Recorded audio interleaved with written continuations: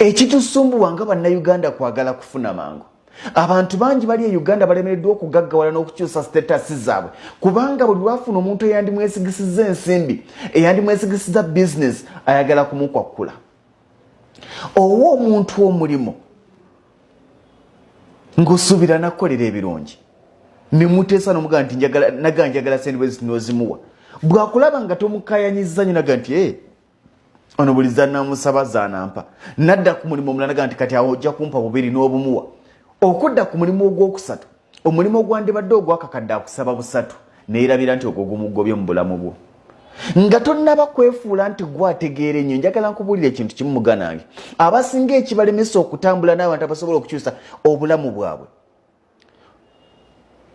ng'ogenze ew'omuntu yenna akusinga kumanya si gwe asoose okugenda ew'omuntu oyo ng'omutwalidde business proposal ng'omutwalidde any idea. Ate kankubuulire tewali mugagga gw'ogenda kuwa business proposal kubanga ebyamuyisaawo gaggawala tewali yasooka kubimuwa.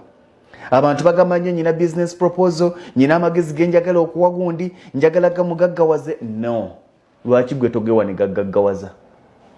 Abasinga ne mugamba nti siina capital asooka bwongo obwo. Kakati abasinga amala okukola emirimu ebiri omugagga nga batambula bulungi olwo atandise okwesiga ku mulimu ogwokusatu n'okiyiwa nga weerabidde nti ogwo omulimu gw'omuseera waliwo bangi abaagulaba ne bagumusaba ku ssente entono.